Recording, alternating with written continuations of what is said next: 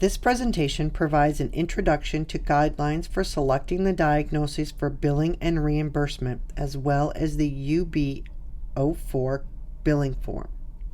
As previously mentioned, the ICD codes are used as statistical data for research.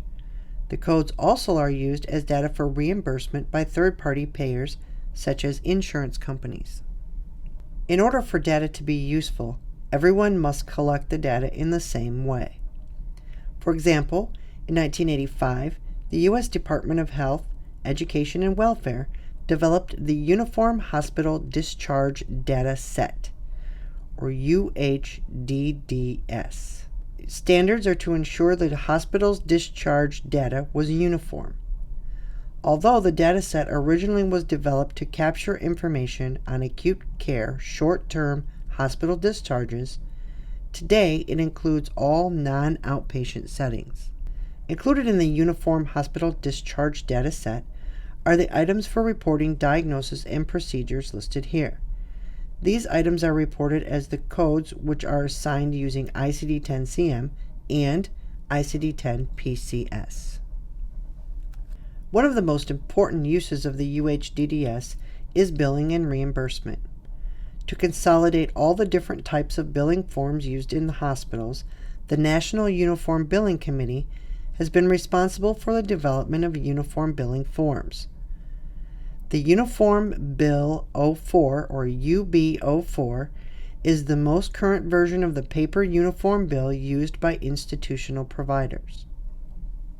The UHDDS elements and the guidelines used for coding and reporting diagnoses and procedures are used on the UB04. Notice the form has numbered spaces referred to as form locators and general fields for data elements. The current version of the UB04 for ICD-10 contains spaces for 18 diagnoses, which are placed on form locator 67 and 67A through 67Q. There are also fields for the admitting diagnosis for inpatient settings and the reason for the visit for outpatient settings. In the inpatient setting, it is common to have more than one diagnosis in the medical document.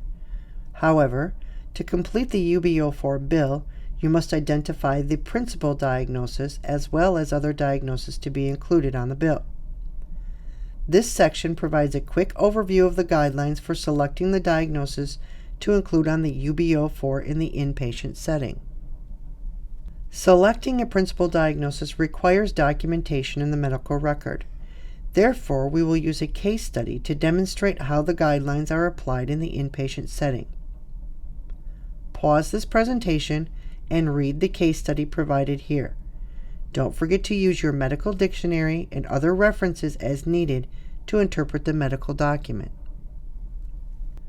The UHDDS definition of principal diagnosis is the condition established after study to be chiefly responsible for occasioning the admission of the patient to the hospital for care. This may seem confusing, so let's define the word study. Study means after all diagnostic tests and medical exams have been performed. So what is the principal diagnosis in this case? As you can see from the discharge summary, there are several conditions the patient had prior to being admitted to the hospital. In addition to the conditions on her medical history, the patient had ataxia, or lack of voluntary coordination of muscle movement. She had ataxia when she came to the hospital. Notice a CT scan was performed which showed multiple masses found in the brain. The provider made a diagnosis of metastatic disease of the brain.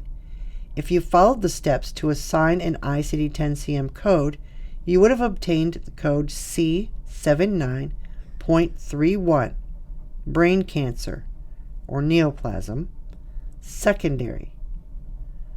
Secondary refers to where the cancer has spread. Remember, the principal diagnosis is the diagnosis after study as to why the patient was seen in the hospital for treatment. The study would include any diagnostic tests, such as the CT scan, and medical exams to find out the reason for admission. The admitting diagnosis is not always the same as the principal diagnosis. For an inpatient admission, the admitting diagnosis is the condition identified by the physician at the time of the patient's admission requiring hospitalization. In this case, the admitting diagnosis would be ataxia. If you followed the steps to assign the ICD-10-CM code, you would have obtained code R27.0, ataxia. Once you code all the diagnoses on the medical record, they are placed on the UB04 form and submitted for reimbursement. The ICD-10-CM official guidelines for coding and reporting are used to select the diagnoses that are included on the UB04. Section 2 of the guidelines provides the rules to determine the principal diagnosis in the inpatient setting. Section 3 addresses guidelines to help the coder decide what else to code in addition to the principal diagnosis in the inpatient setting. These guidelines are printed in Part 1 of your ICD-10-CM coding reference manual as well as your textbooks. Pause the presentation and take a minute to look at these guidelines. Not all the guidelines apply to each diagnosis. For example, in this case study, only Guideline 2A, which addresses codes for symptoms, signs, and ill-defined conditions, applies. These guidelines are quite complex to a new coder, so selected guidelines will be covered each week. However, by the end of this course, you will need to know how to apply and interpret all of these guidelines. Pause the presentation and review Guideline 2A in the ICD-10-CM Coding Reference Manual. Once you assigned all the diagnostic codes using the ICD-10-CM Coding Manual, you will follow the reporting guidelines to select the place the codes within the UB04 form. The code for the principal diagnosis is placed in UB04 Form Locator 67. For example, in this case study, the code C79.31 is placed in Form Locator 67. Form Locator is commonly abbreviated as FL. If we had coded the other diagnoses from the medical document, the codes would be placed in Form Locator 67A to 67Q. Since the principal diagnosis is often confirmed after the patient has been admitted, the ICD-10-CM code for the admitting diagnosis is placed in Form Locator 69. In this case study, the code R27.0 for the ataxia is placed in Form Locator 69.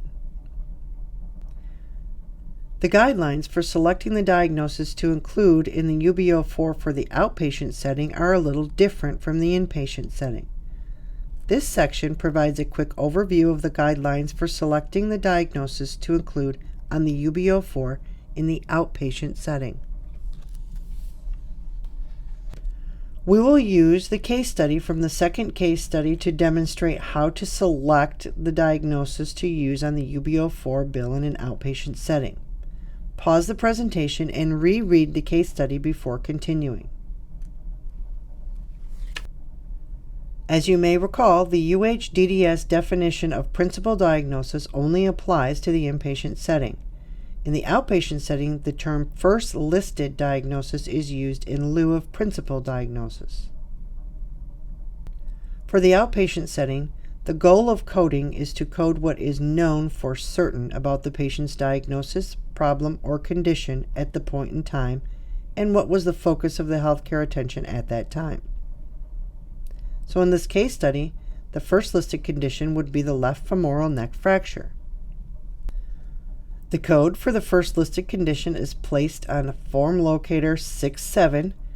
For example, the code S72.002A for the left femoral neck fracture would be placed in Form Locator 67.